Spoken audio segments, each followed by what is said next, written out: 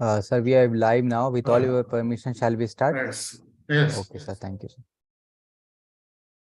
Good afternoon, everyone present here. I welcome all the participants on today's session. Let's welcome today's speaker with great honor, Dr. M. Balasubramaniam, sir. Sir has done MD, DV, graduated and post-graduated from Madras Medical College, retired Deputy Director, Tamil Nadu, and State AIDS Control Society, former State Secretary, President and National Vice President of IMA. Today, sir is going to discuss on a topic, sequel of sexually transmitted disease. Let me tell you overview of the topic. Sexual contact, including vaginal, anal, and oral sex, is known as to transmit more than 30 different bacteria, viruses, and parasites. Globally, STIs have a significant influence on sexual and reproductive health. Every day, more than 1 million STIs are contracted. Certain STIs can be passed from mother to kid during pregnancy, childbirth, and breastfeeding. To know more about this topic, I would like to invite sir and hand over this session to sir. Over to you, sir. Kindly proceed from here. Thank you, Mr. Faras, and also thanks to IJCP for yet another opportunity to me. Today we will discuss about the sequelae of sexually transmitted disease. All sexually transmitted disease can be easily clinically diagnosed. If there is any investigation needed, we can do it and treat it. But it does not happen because many times the patients do not come for treatment. And even if they come for treatment, even if you prescribe, they may not complete the course of the thing. So they may be incompletely treated and they may presume that they have been cured.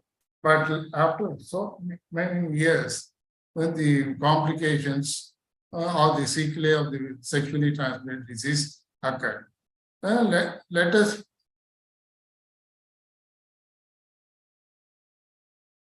Faraz, can you do it from your side? Next slide, please.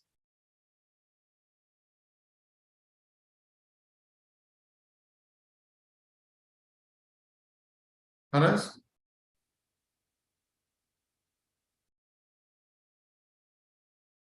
Can you change the slides? I'm not able to do from my side. Sir, you can just click on the side arrow, click on the screen and side arrow of your laptop. Just click on the screen and just side arrow. Laptop side arrow. Yeah. Thank you, Faraz. Welcome, sir. As told by Faraz, more than 1 million sexually transmitted infections are occurred every day. It is not month or week or month or year. Every day, 1 million sexually transmitted infections are occurred, and majority which are asymptomatic. Each year, there are estimated 374 million new infections with 4 curable sexually transmitted infections, namely the chlamydia, gonorrhea, syphilis, and trichomoniasis. More than 500 million people between the age group of 15 to 49 years are estimated to have genital infection with herpes simplex virus. Human papilloma virus infection is associated with more than 311,000 cervical cancer deaths each year. Almost 1 million pregnant women are estimated to be infected with syphilis in 2016, resulting in over 350,000 adverse birth outcomes. STI have different impact on sexual and reproductive health through stigmatization, infertility, cancer, pregnancy complications, and can increase the risk of HIV. The drug resistance is a major threat to the reducing the burden of STI worldwide. More than 30 different bacteria, virus, and parasites are known to be transmitted through sexual contact, including vaginal, anal, and oral. Some STI can be transmitted from mother to child during pregnancy, childbirth, and breastfeeding. 8 pathogens are linked to the greatest incidence of STI. Of these, 4 are currently curable: syphilis, gonorrhea, chlamydia, trichomoniasis. The other 4 incurable virus infections, namely hepatitis B, herpes simplex virus, HIV, and human papilloma virus. In addition, emerging outbreaks of new infections that can be acquired by sexual contact, such as monkeypox, Shigella soneri, Neisseria meningitis, Ebola, and Zika, as well as the re-emergence of neglected STIs such as lymphogranuloma venereum. These herald increasing challenges in the provision of adequate services for STI prevention and control. So this is the worldwide prevalence of STI. The highest in the sub-Saharan Africa, Southeast Asia, including India, and many states and South America, and relatively less in the Europe and Australia. And wherever STI is high, we have come to know that HIV is also high. Each year worldwide, more than 350 million people need treatment for one of the 4 curable sexually transmitted infections. This is a very huge number. 350 million people need treatment for one of the 4 curable sexually transmitted infections. So the quality STD clinical services focus on providing guidance related to assessment and evaluation by clinical setting, outlines prevention services to have available clinical setting, identifies laboratory tests to be available by the clinical setting, highlights the treatments to have available by the clinical setting. These are the quality STD clinical services. And STD treatment guidelines focus on assessment and evaluation of people with or at risk of infection, provide guidance on recommendation strategies for STI prevention, indicates laboratory tests that are used for diagnosing people with infection, guideline STI recommendations. So we have syndromic management of sexually transmitted diseases advocated by CDC and also by NACO of India. So we will come to the topic per se, sequelae of sexually transmitted infections. Sexually transmitted infections are global and national health priorities because of their effect on women and infants and interrelationship with HIV and AIDS. STI can cause a variety of long-term health problems. The sequelae of STI include pelvic inflammatory disease, PID, infertility, tubal or ectopic pregnancy, cervical cancer, and perinatal or congenital infections in infants born to the infected mothers. So, PID, infertility, ectopic pregnancy, cervical cancer, and congenital syphilis are the main sequelae of these 4 curable diseases. That is the best part of it. The natural history of untreated syphilis. Nowhere in the world is there a more unique opportunity to let what happens when the early syphilis goes untreated from the Duke of Oslo, Norway. His scientific conviction as to be the inadequacies of specific treatment of that day. At those period, say 1891 to 1910, we didn't have penicillin, so we didn't have complete cure for syphilis. So it led him to withhold treatment of approximately 2,000 patients with primary and secondary syphilis during 20-year period of 1891 to 1910. The community protection from infection was aided by the hospitalization of these patients until all traces of the disease had disappeared. We had one more study among the inmates of the prison also.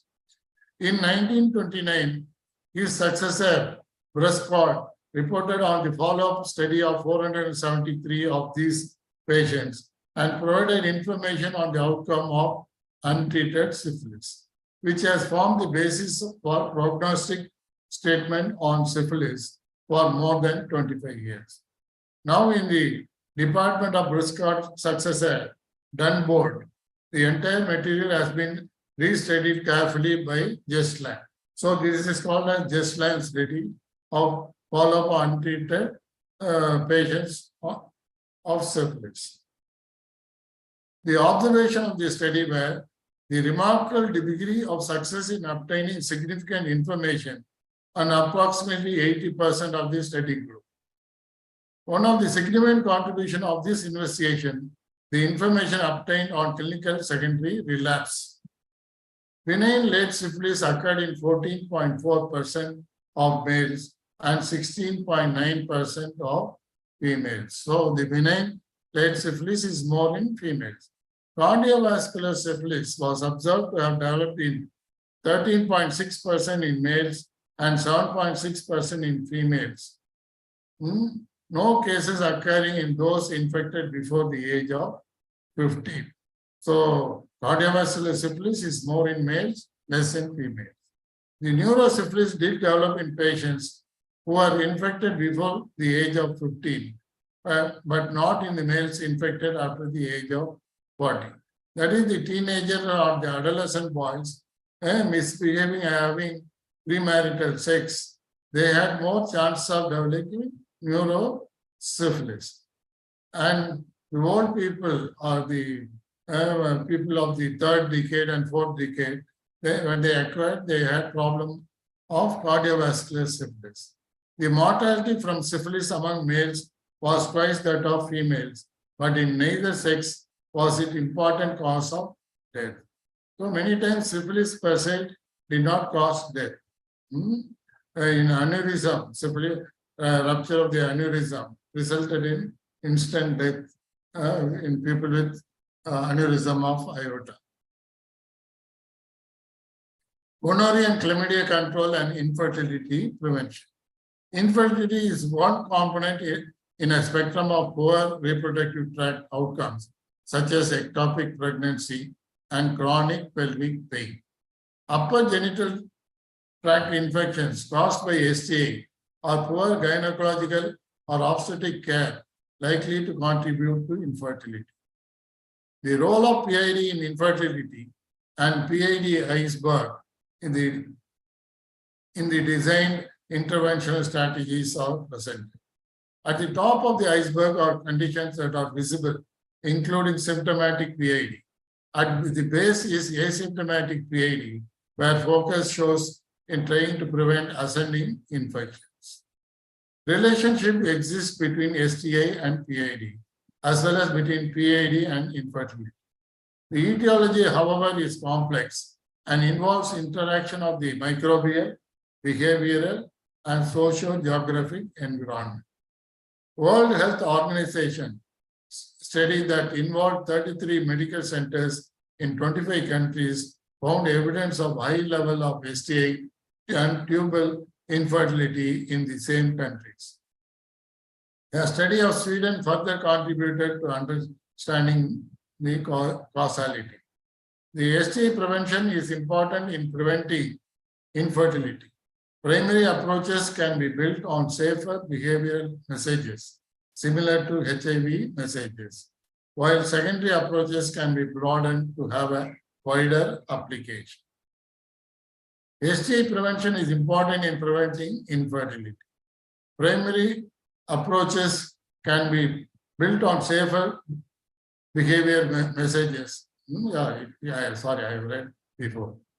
Second, atypical or asymptomatic PID has a dominant influence. Early treatment of symptomatic PID can lower the risk of infertility. Syphilis. Disease and death associated with congenital syphilis are preventable. 12 million new cases of syphilis are diagnosed each year. In Africa, 38% of women attending the prenatal care receive syphilis screening. So only 38 are being screened. The disease accounts for 29% of the prenatal deaths, 11 of neonatal deaths, and 26 of stillbirth. Major barrier to prevention efforts is the lack of diagnostic tools that are effective in areas without electricity or running water. So these are mostly seen in the Africa. In 1996, with the grant of USAID and Bill and Melinda Gates Foundation, rapid plasma reagent testing was decentralized in rural Haiti. Communities are provided with solar-powered batteries to run the centrifuge and rotator for the test. Training was provided to the workers and quality control for the same-day testing and treatment was implemented. The treatment rate improved from 41 to 100%. The rate of congenital syphilis decreased by 75% during 2 years. In India, we have a good antenatal care because most of the deliveries are being conducted in the government setup and they have come for prenatal checkup and VDRL and HIV tests are then mandatory for all pregnant women. Sexually transmitted disease diagnostic initiative housed in the WHO is promoting and facilitating the development, evaluation, application of tests that are affordable, sensitive, specific, user-friendly, and rapid and robust, equipment-free delivery to end users, which can be appropriate for use in primary health care settings in the developing countries. Herpes simplex virus and HIV acquisition. HSV-2 infection increases the risk of HIV acquisition. Meta-analysis of existing studies indicate that HSV-2 infected population, up to 50% of the HIV infection attributed to those with HSV-2.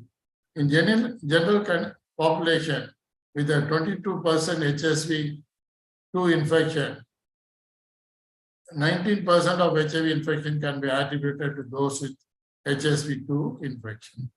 Study in 4 urban areas of Africa found that higher HSV-2 rates were associated with higher rates of HIV.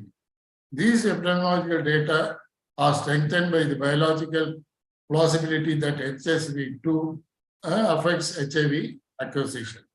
HSV-2 as the most common cause of genital ulcers worldwide possibly increases the risk of HIV infection as well. So it is at most important that we have to prevent STI. When used correctly and consistently, condoms offer one of the most effective methods of protection against STI, including HIV. Although HIV effective condoms do not offer protection for syphilis that cause extragenital chancre. When possible, condoms should be used in all vaginal and anal sex. Safe and highly effective vaccines are available for 2 viral, that is hepatitis B and human papilloma virus. These vaccines have represented major advances in STI prevention. By the end of 2020, HPV vaccine had been introduced as part of routine immunization programs in 111 countries, primarily high and middle income countries. To eliminate cervical cancer as public health problem globally, high coverage target for HPV vaccination, screening and treatment of precancerous lesions and management of cancer must be reached by 2030 and maintained at this high level for decades. Research to develop vaccines against genital herpes and HIV is advanced, with several vaccine candidates in early clinical development. There is mounting evidence suggesting that vaccines prevent meningitis, providing some cross protection against gonorrhea. Some research into vaccines for chlamydia, gonorrhea, syphilis, and trichomoniasis are needed. Other biomedical interventions to prevent some STI include adult voluntary medical male circumcision, microbicides, and partner treatment. There are ongoing trials to evaluate the benefit of pre- and post-exposure prophylaxis of STI and their potential safety weighed with antimicrobial resistance. So the take-home message is prevention is better than cure. Vaccine for warts prevent cancer of cervix. Major STI can be treated by syndromic approach. Control of STA leads control of HIV. Screening of pregnant women and treating syphilis in them prevents abortion, stillbirth, and congenital syphilis. Early treatment of PID brings down infertility. So, even though I have not narrated all the 30 diseases which can be sexually transmitted, we have dealt major things, mainly 8 things, and 4 of the curable conditions. And utmost thing is that regular antenatal checkup is necessary. People with lower abdominal pain and backache in women should get them tested for PID and get early treatment. And males should, when they indulge in premarital or extramarital, it is better to you always use condom, both for vaginal and anal, and preferably for oral also. So unless until the sexually transmitted disease are tackled with full vigor things, the HIV cannot be eradicated from this world. Even if we come with vaccine, it will be very difficult. So we have seen wherever STA is there, HIV is also present. So it is and even though it presents as ulcer, discharge, or non-ulcer, non-discharge thing, or pubo. These are the 4 presentations of sexually transmitted infections. And if these people come to the healthcare facility and have the syndromic management, they can be completely cured. And all the sequelae of these sexually transmitted disease, bad birth outcome, abortion, stillbirth, and congenital syphilis, infertility, everything can be controlled. If there is any question, I am willing to answer.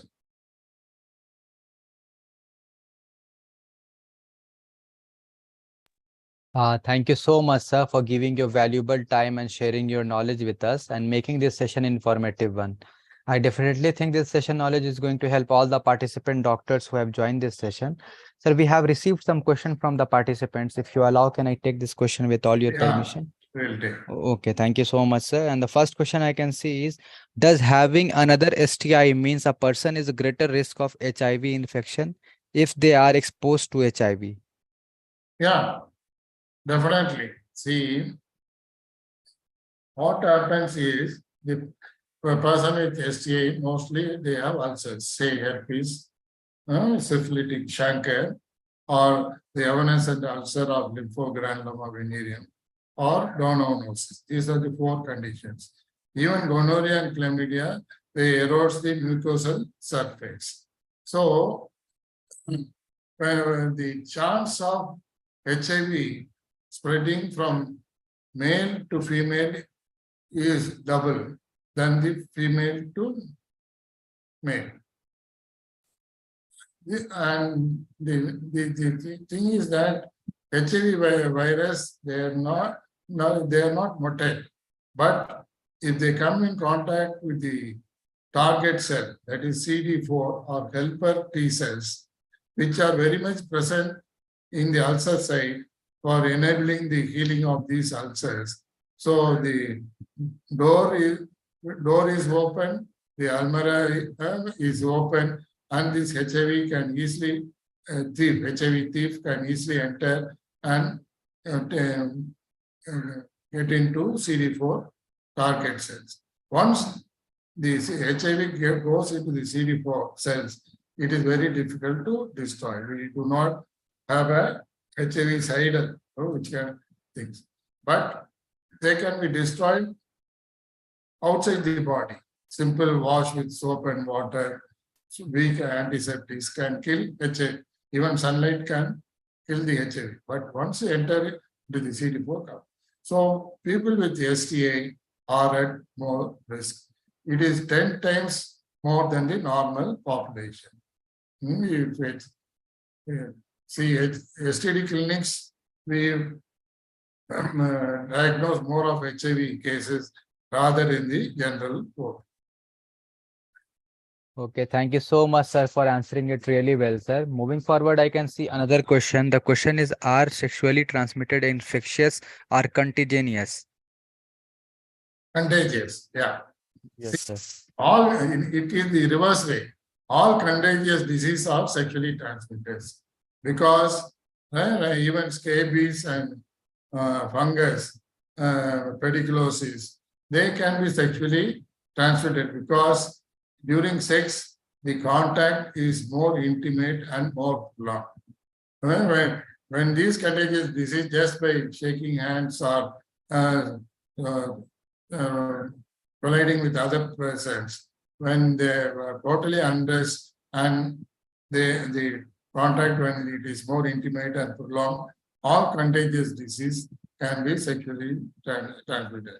That is why my professor used to say, right from scabies to babies, everything can be sexually produced and things. Okay, thank you so much, sir, for explaining it once again, sir. I can see, And the sir, other thing is that Yes, sir. forgot to tell, suppose HIV is there in the fluids, say seminal fluid, vaginal fluid, or even blood. But if that blood falls into contact with the hand, in where there is no abrasion and all, and if you go and wash, it will not enter. This is only when there is abrasion. These bacteria and virus can enter into the skin. So we all in syphilis also we had chancre over the fingers. When the middle on the vagina with the finger nail, if they have nail biting also. Then the Treponema pallidum enters through the nail and skin and enters and produces. Wherever it enters, it produces the chancre. Primary. So we have seen chancre over the fingers. We have seen chancres over the lips, tongue. We have seen. Okay, thank you so much, sir, for explaining it really well, sir. Can see, sir, we have couple of questions. We will be taking last two questions for today's session. Another question is, what is the expedited partner therapy? See, when you see a case of typhoid, you do not treat the husband, you do not treat the wife, unless until you screen them. If they develop after the incubation period, then only we treat. Whereas here, since it is transmitted and sometimes they are asymptomatic, we treat the partner. This is called epidemiological treatment or epidose. And especially the contacts are divided into two. The primary contact from the source from which this person has got the infection, mostly commercial sex workers, and the secondary contact to whom he had given the things to the thing. So we treat both primary and secondary contact. Many times it will be difficult to bring the primary contact. So for primary contact, those people who are indulged in sex industry, we give them presumptive treatment. Just like syndromic management, where if they have ulcer, discharge, pugo, we treat. Here we presume that they may be having these diseases, and we give the presumptive treatment, say once a month or once in 3 months. We give them the presumptive treatment. Well, when the husband comes with the sexually transmitted disease, we give the treatment to the wife also. Even if they do not have the disease, we explain them and give the treatment. Otherwise, they will get back the infection. This is called ping pong infection. In table tennis, it is not sufficient if you throw the ball to the other court. It will again it will come to your court. So unless until you give a smash and prevent the ball coming back to you, the chances of getting and there is no infection immunity in sexually transmitted infections. If you had syphilis, got treated, and if you get exposed to Trypanosoma pallidum again, you will get the disease. So there is no infection immunity. That is why we are finding it difficult to produce vaccines. Okay, thank you so much for answering it the question, sir. I hope that participant have received his answer. Moving forward, we will be taking last question for today's session. And the question is, what are the individual and behavioral factor that impacts sexually transmitted and blood-borne infection, that is STBBI, prevention for older adults? Older adults. See, the COVID has taught us a good lesson. And so until COVID, people were ignoring the healthy habits. They were never hand wash before eating. Many times they take food outside. They don't wear mask and other things. Now the COVID has got a good lesson. So hand washing is the best one. See, what we require is the lather from the soap. Whenever we wash it with soap and water, the soap bubbles attracts these organisms. So it is not absorption, it is adsorption. It is not absorption, it is adsorption. They are absorbed on the surface of the soap bubble, and when we wash it in running water, all the organisms, say bloodborne pathogens to sexually transmitted infections, they get it. So, and we have this cellular. So you can see in all the hospital cots one bottle of sterilium hanging at the foot end, so that whoever goes near the patient washes with sterilium, and after touching or speaking with him, comes back again and washes their hands with sterilium. So the hand hygiene has a greatest role in preventing many of the diseases, many of the communicable diseases, and especially the old people. My advice to old people is, don't go to places where it is very crowded. It is not that you will acquire sexually transmitted disease. You can acquire airborne diseases like tuberculosis and other things. Once you acquire the tuberculosis, the chance of getting the HIV is more because of the co-infection with tuberculosis. So elderly people better restrict your outside things and do indulge in hand wash. Advise other family members also to wash with soap and water after attending on you. And if you are bedridden and they have to, after passing urine or motion, if they have to clean, better they wear gloves, or after attending the old people, they have to wash with soap and water. And these people also, old people also, before taking food, they have to wash their hands, and after before going and after coming from the toilet also, they have to wash their hands. So hand hygiene, now it is being taught in the elementary school. Even the small children, they know about hand washing. So we also tell them about, next when they little grow up, we tell them about good touch and bad touch. So these are the two things which you should teach in all the schools. Okay, sir. Thank you so much, sir, for answering all the questions really well. I hope that all the doubts of the participant have been clear regarding this topic, sir. As I can see, sir, there is no more question from the participant end. If you allow, can I conclude this session with all your permission? Yeah, definitely. Okay, thank you so much, sir, for giving your valuable time and sharing your knowledge again with us, sir.